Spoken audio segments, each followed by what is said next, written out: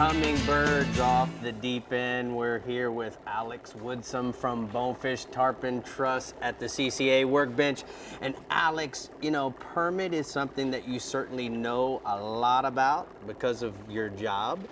And more importantly, I really have been fishing for them for a long time. So let's talk about the rigs and techniques that we, use. What is one of the permit's food sources that they obviously get into?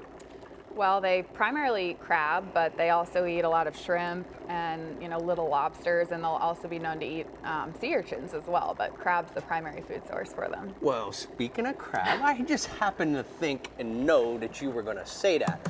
So I put my little CCA bucket together, and guess what? In here somewhere is a live crab. There's 2 or 3 of them in there.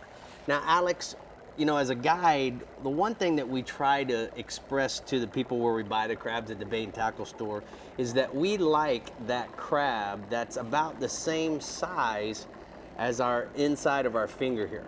And the key to that is we call them an A-OK crab. Now look at this, Alex. See how his body, his carapace fits perfectly inside of that part of my fingers.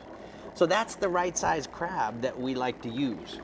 Now, while I'm rigging this, we find the fish on different places. Why don't you tell me a little bit about that? Yeah, so permit are found in a lot of different places. They'll be offshore, on wrecks. They really like structure, so you'll find them around all sorts of structure, little rock piles, and you'll also find them up on the flats. All right, perfect. Now, with that being said, let's talk a little bit about wrecks. A lot of times it's deep water, guys. So what you're going to want to do is you're going to want to use a jig head. Now this is a particular 1/4 ounce VMC. That's the common size, is a 1/4 ounce. And the way we're gonna hook this crab is we're gonna actually hook him right here in the corner. Now, so that you don't break the shell, you're gonna wanna wiggle that so that it kind of drills a hole through there. Once you've done that, now he's ready to go. And the great part about a crab when you're out there fishing, make sure that you test his legs. As long as you see him putting his legs out like that, then it works perfectly. Now, Alex, on the flats, we don't use a jig head because our presentation when we throw to these permit is to crash it in their face. So whether you use a circle hook or you want to use a traditional J hook, we're going to use the same thing. I'm using a 7-foot spinning rod, but we're using a little split shot on that J hook so that when it hits the water, crashing it into his face, we're gonna actually let it sink, and that'll help him sink to the bottom. Now what ends up happening is the crab is gonna try to dig and get to the bottom before the permit eats him, and you get that tremendous reaction bite. All right, Alex, you're here because you are a specialist in tarpon, bonefish, and permit research. So why don't you tell us a little bit about what's going on with the permit tagging program that Costa has? Yeah, so Costa has sponsored this program for several years now, and we've dart tagged a lot of fish, and we've gotten 30 recaptures to date, which is pretty cool. And the vast majority of the fish tend to stay in a pretty small home range. They really don't go very far. We've recaptured fish years later on the same exact flat where they were originally tagged, which is pretty cool. And we've also had a few fish that will go longer distances, over 100 miles, and are recaptured on wrecks. So, we think they're going there for spawning. Now, last year we introduced an acoustic tag now are we using those acoustic tags for what different species? Yeah, so we're actually using them for bonefish, tarpon, and permit.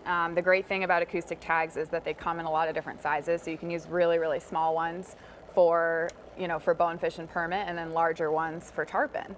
And, it's a great way to tag them because there's an array of acoustic receivers all over the coastal United States. So if these fish that are tagged swim within range of the receivers, they'll be picked up and detected. Okay, speaking of the receiver, how far out does that receiver work as it's searching or for a fish to swim by? Yeah, great question. So they're on the bottom, and in really deep water, a fish can swim within 500 to 600 yards of that. So Wow. It's really a pretty big area, and in shallower water it's a little bit closer, but still, as long as the fish is in the general vicinity, it'll be detected by those receivers. All right, now speaking of that, Alex, we just had an acoustic tag tarpon. Why don't you tell us about that? Yeah, so our tarpon acoustic tagging program began earlier this spring, and the great thing about this program is that we can tag different size fish, and the tags last a long time, so we can track them over time. And previously with satellite tagging, we could only tag fish 80 pounds and above, Right. and we actually tagged a fish in the Lower Keys in late May that was a 45-pound fish, and that size fish is not sexually mature yet. And so we didn't really know what they were doing and if they moved long distances, and people didn't really think that they did. And we actually got a detection on that fish a month later, about 400 miles north near Port Orange, Florida, which was really, really cool. Oh. Yeah. All right, so if people want to know more about Bonefish Tarpon Trust or acoustic tagging, how can they get in contact with you guys? Yeah, so they can either email us at info@bonefishtarpontrust.org, or they can visit our website, btt.org. And there's a lot of ways for people to get involved. We're currently doing bonefish genetics studies, and we've been getting a lot of reports lately of fish being caught up near the Indian River Lagoon and even farther north, and we'd love to get fin clip samples from those fish. You did a great job. Thank you so much Thank for you. coming in.